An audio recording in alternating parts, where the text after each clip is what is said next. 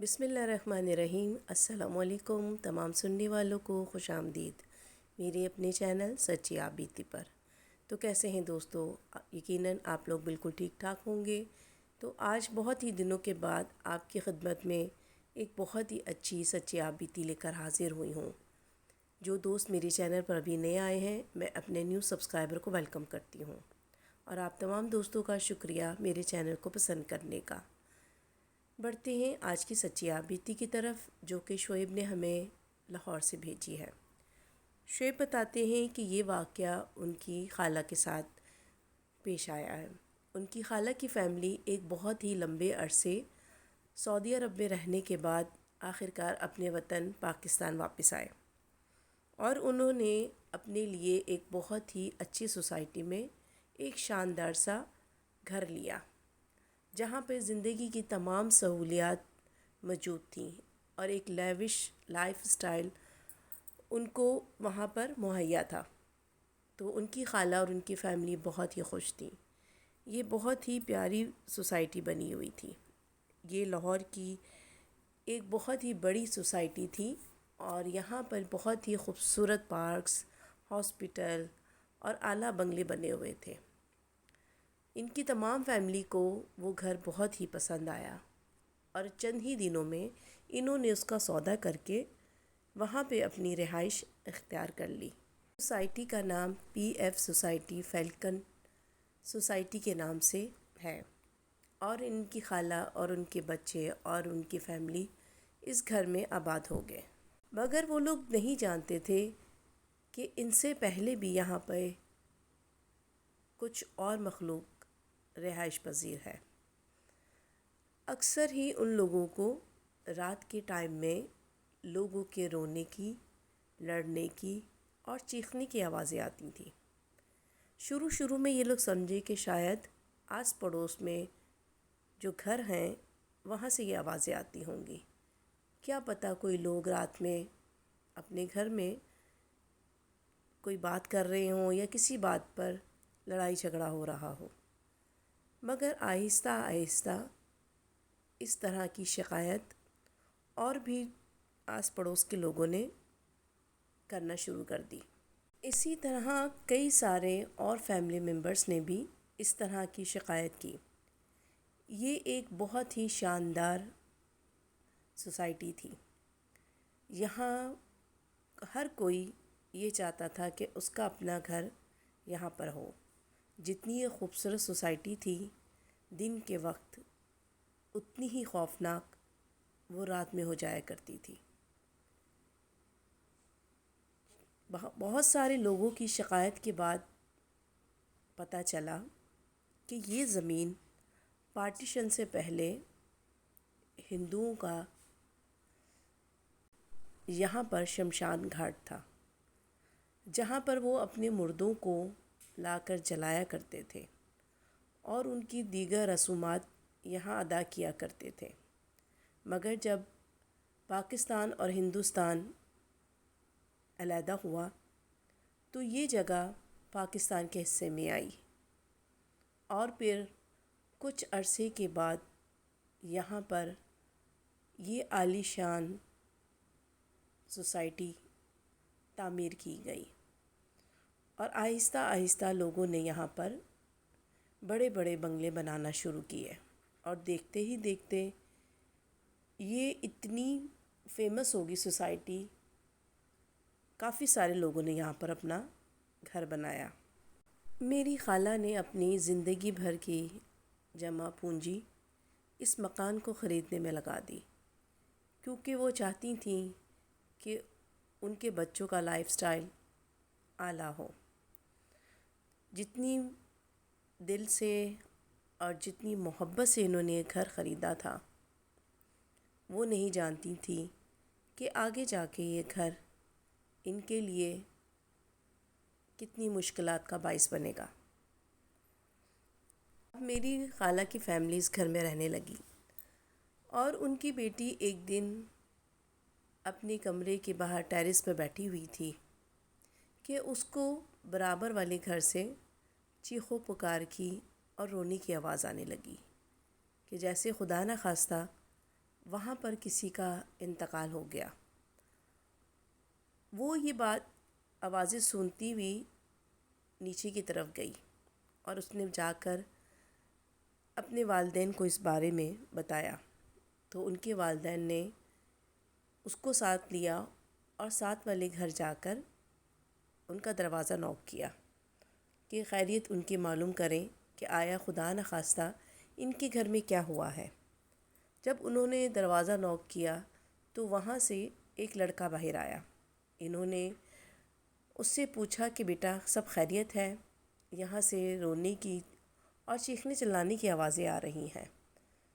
تو وہ لڑکا مسکرانے لگا اور کہنے لگا کہ لگتا ہے کہ آپ لوگ ابھی یہاں پر نئے آئے ہیں، آپ لوگوں کو اس سوسائٹی کی حقیقت کے بارے میں ابھی کچھ علم نہیں ہے۔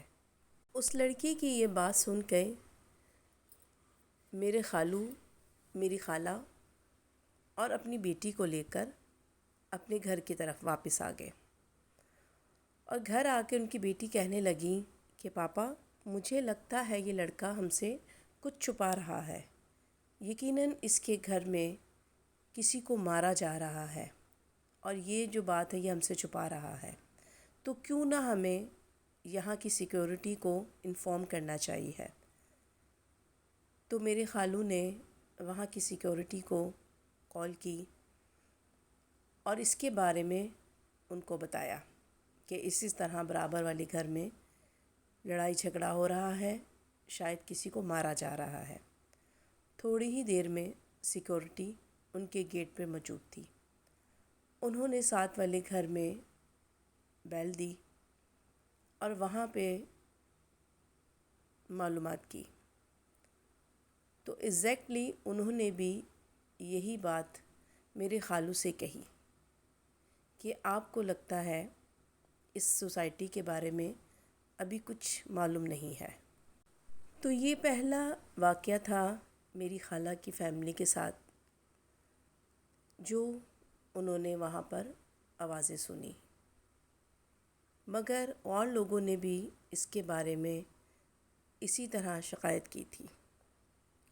پھر لوگوں نے محلے کی ایک چھوٹی سی کمیٹی بنائی کہ آیا معلومات کی جائے کہ یہ آوازیں کہاں سے آتی ہیں، اور کوئی ایسی جاندار چیز جو کہ کسی تکلیف میں ہے، تو ان لوگوں کو سوائے ان آوازوں کے کچھ بھی نظر نہیں آیا، صرف انہیں وہ آوازیں سنائی دیتی تھیں۔ اور یہ واقعات ہفتے میں یا مہینے میں بڑھتے ہی چلے جا رہے تھے۔ خالہ کی فیملی کو بڑی حیرت ہوئی کہ اتنی بڑی سوسائٹی ہے، اتنے لوگ یہاں پر رہتے ہیں، مگر آج تک کسی نے بھی یہ آوازیں جو آتی ہیں اس پر اسرار مخلوق کو نہیں دیکھا۔ اس سوسائٹی میں ریٹائر افسر رہتے ہیں، اور زیادہ تر جو بنگلے ہیں انہی ریٹائر افسروں کے ہیں۔ اسی طرح میرے خالو کی ایک ریٹائر افسر سے دوستی ہو گئی، اور یہ افسر جو تھے یہ ان لوگوں میں سے تھے جنہوں نے کہہ لیں کہ سب سے پہلے یہاں پہ رہائش اختیار کی ہو۔ یہ سب سے پرانے جو تھے یہاں کے رہائشی تھے، بقول ان کے کہ یہ جگہ جو ہے شمشان گھاٹ تھا یہاں رہائش سے پہلے، تو ہو سکتا ہے کہ یہاں پہ جن مردوں کو جلایا گیا ہو ان کی روحیں، یا پھر جنات، یا پھر اللہ کی کوئی اور مخلوق، وہ اپنی موجودگی جو ہے وہ یہاں گاہے بگاہے بتاتی رہتی ہے۔ آوازیں بھی ایسی ہوتی تھیں کہ جیسے کسی کی کھال اتاری جا رہی ہو اور اسے بہت زیادہ اذیت دی جا رہی ہو۔ بعض ٹائم تو ایسا لگتا تھا کہ جیسے وہ آوازیں بالکل ہمارے کان کے پاس سے آ رہی ہوں۔ ابھی خالہ کی فیملی کو رہتے ہوئے یہاں پر مہینہ ڈیڑھ ہی ہوا تھا، اور ان لوگوں کا جو دل تھا بس اب یہ چاہتا تھا کہ کسی طرح اس مکان کو چھوڑ کر یہ لوگ کہیں اور چلے جائیں، کیونکہ اس طرح کی آوازیں اور اتنی دردناک آوازیں ان لوگوں کو پریشان کرتی تھیں۔ جتنی خوبصورت یہ سوسائٹی تھی اتنی ہی بدصورت ان آوازوں کی وجہ سے لگتی تھی۔ ایک دن اسی طرح خالہ ڈائننگ ٹیبل پر بیٹھی ہوئی سبزی بنا رہی تھیں۔ مغرب کے بعد کا ٹائم تھا کہ انہیں اپنے کمرے میں سے ایک کافی لمبا آدمی نمودار ہوتا ہوا نظر آیا، اور وہ آ کر خالہ کی ڈائننگ ٹیبل جہاں وہ بیٹھی تھیں بالکل ان کے سامنے آ کے کھڑا ہو گیا اور ان سے کہنے لگا کہ تم لوگ یہاں سے چلے جاؤ، یہ جگہ ہماری ہے۔ خالہ نے اس کی طرف دیکھا اور ان میں تھوڑی سی اپنے اندر ہمت پیدا کی، اور اللہ کا نام پڑھتے ہوئے انہوں نے کہا، یہ ہماری جگہ ہے، یہ ہم نے خریدی ہے اور ہم یہاں پر رہیں گے۔ اور وہ خالہ کو یہ کہتا ہوا کہ اگر تو تم لوگوں کو اپنی جان پیاری ہے تو یہاں سے چلے جاؤ۔ خالہ کو خوف تو بہت آیا، مگر انہوں نے ہمت دکھائی، اور شام میں جب میرے خالو آئے تو انہوں نے ان سے اس بارے میں ذکر کیا اور ان سے کہا کہ لگتا ہے یہ چیزیں ہمیں یہاں رہنے نہیں دیں گی۔ تو خالو نے کہا، ہم مسلمان ہیں اور ہم اپنے اللہ پہ یقین رکھتے ہیں، تم بے فکر رہو، نماز کی پابندی کرو، اور ان سے ڈرنے کی بالکل بھی ضرورت نہیں ہے، یہ ہماری جگہ ہے اور ہم یہاں پر رہیں گے۔ خیر پھر کافی دن تک سکون رہا۔ پھر ایک دن رات میں خالہ تہجد کی نماز کے لیے اٹھیں۔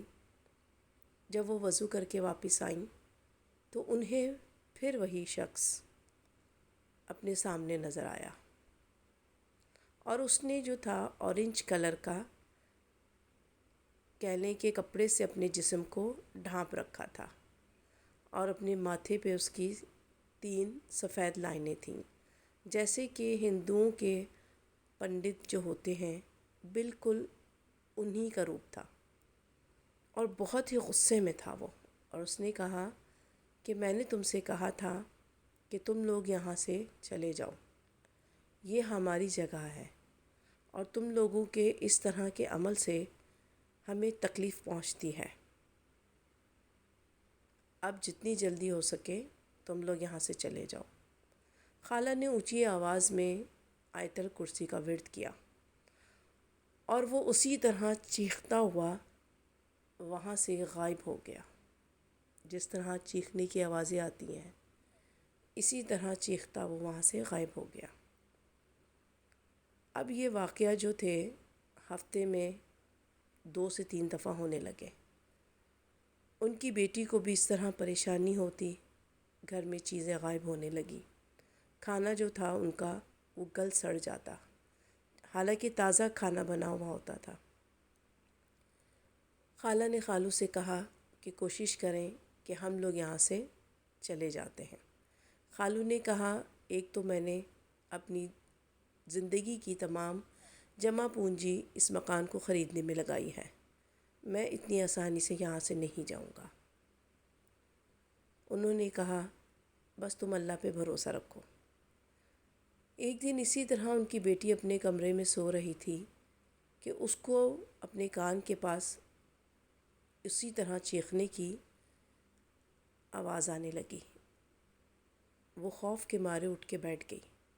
وہ کیا دیکھتی ہے کہ کمرے میں 3 سے 4 مرد بنا لباس کے گھوم رہے ہیں، اور ان کی شکلیں جلی ہوئی تھیں، جسم جگہ جگہ سے جلے ہوئے تھے، اور کمرے میں اس قدر گندی سمیل تھی کہ وہ کہتی ہیں کہ میں برداشت نہیں کر پا رہی تھی کہ میں سانس لوں ایک بھی۔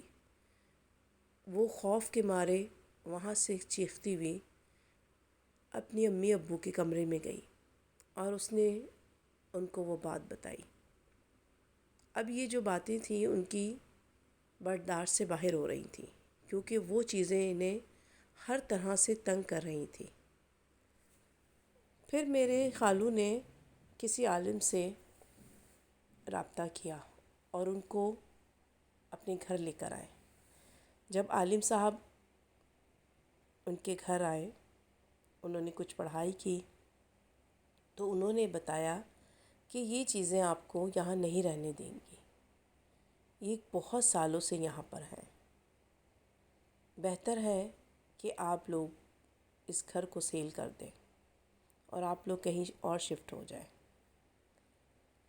خالہ خالو نے جو گھر اتنے ارمانوں سے بنایا تھا وہ اتنی جلدی یہاں سے جانا نہیں چاہتے تھے، مگر انہوں نے کہا کہ یہ آپ لوگوں کو جانی نقصان بھی پہنچا سکتے ہیں، ابھی تو انہوں نے آپ کو صرف تنگ کرنا شروع کیا ہے، تو بہتر ہے کہ اپنی جان کو آپ لوگ اپنی جان کی حفاظت کریں اور جتنی جلدی ہو سکے اس گھر کو سیل کریں۔